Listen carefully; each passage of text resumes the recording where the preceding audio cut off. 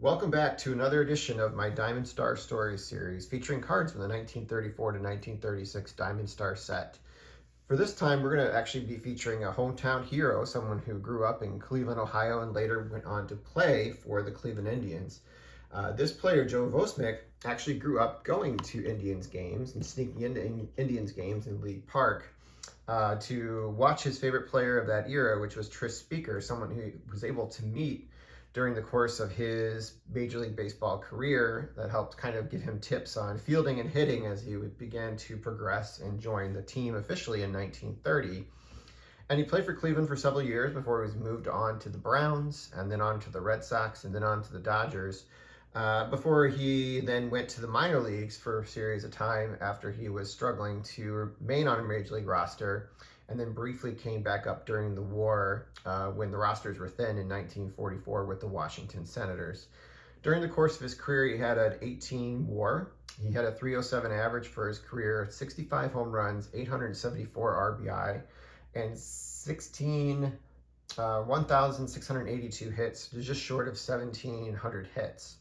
He was in his only All-Star game in 1935 when he hit 348 to lead, or did not lead the league, but he led the league in triples with 20, doubles with 47, and 216 hits, and then drove in 110 RBIs.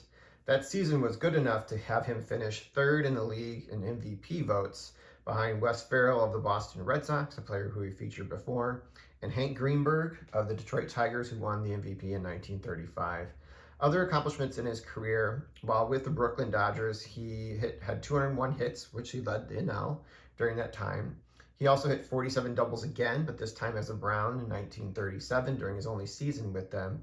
And he was also on the pennant-winning Dodgers, or at least he appeared with them briefly, but only played 25 games with the Dodgers that season. During the course of his career, he hit over 600 6 different times.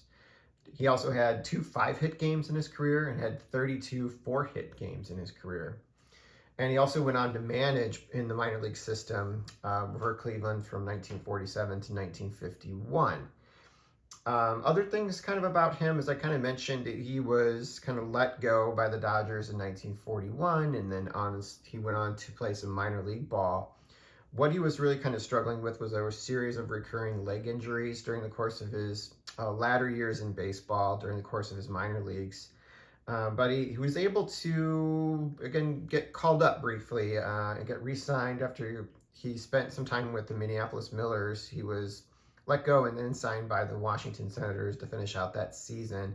He did not do very well, and during that time, he was definitely beyond his years, at least the best playing years, and he ended up kind of finishing his career shortly thereafter, playing a little bit of minor league ball before he kind of hung it up for good. During the war years, he was kind of bouncing between the minor leagues, but also spent some time working at the Thompson Aircraft Products, which I'm assuming was a manufacturing plant that helped produce parts, or at least maybe manufactured planes that were used during the World War, and also spent some time working in a local brewery as well in Cleveland. After his time after managing as well, he moved on to selling cars and selling appliances, just kind of trying to find some jobs to be able to kind of support himself and his family during that time. But during the course of those years, his health was never all that good.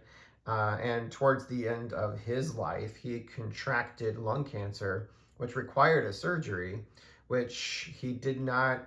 During the course of his recovery, developed pneumonia and later died in 1962 at the age of just 51 in Ohio, or in Cleveland, Ohio. He was honored in the Ohio Baseball Hall of Fame in 1993. I believe he was honored in there. But here it is. It's Joe Vosmik. So let's look at the card a little bit more in detail, and I'll kind of pull it up here in a minute. So this is one of the last ones. This is the last card that I graded during the National in 2023 here locally in Chicago. This one was actually the lowest score I got on a card, and I look at it more closely. There is a crease that runs in it through it. I acquired it in the fall of 2022 in a bargain box at a vintage dealer. I bought a bunch of these Diamond Star cards, which kind of put me on the journey of putting this set together at that time. So there's a small crease in there that it's not really seen so easily with the naked eye, but it's kind of a little more of a wrinkle here, which kind of brought it down. But what's notable about this card is it's supposed to kind of show the sort of action shot, if you will, of him finishing his swing after he made contact. But you can see by the position of his head, it doesn't really make a lot of sense that that's where it would probably be after he completed his swing, which is not atypical of cards from this set, where they kind of finish either the swing or the throw or something in a way that looks somewhat unnatural, just so the face would be featured on the card. And this is a 1934, so this was part of the original release of the card. So it talks about in 1933, hit 263 was actually one of his worst years in professional ball. But it talks about him being a hometown player with the Cleveland Indians here on the top of it. Just a couple of years later, I think it was just the next season actually, in 1935 was the year he finished third in the MVP voting.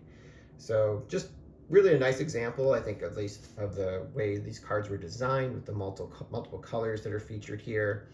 It doesn't have like the architectural features that you see in some of the other cards, but that's also kind of common of the set. You have ones that are kind of more like action focused, like this one is, and you have others that kind of really capture the things around the player themselves, like the skylines, the features of the ballpark and stuff. So this one just kind of is more intended to be more of an action oriented shot, as you can kind of see here. So that is it. This is, again, the Diamond Star series. I'll be back next month with another series or another player to feature. This is Joe Vosmik. I hope to be able to, of course, the next month, maybe acquire another Hall of Fame card. So it'll be kind of fun to be able to maybe feature that one. And then I have a local card show coming up in March where I hope to be able to acquire a few more cards for the set from some vintage dealers. So I hope you guys enjoyed this, and I will be back soon.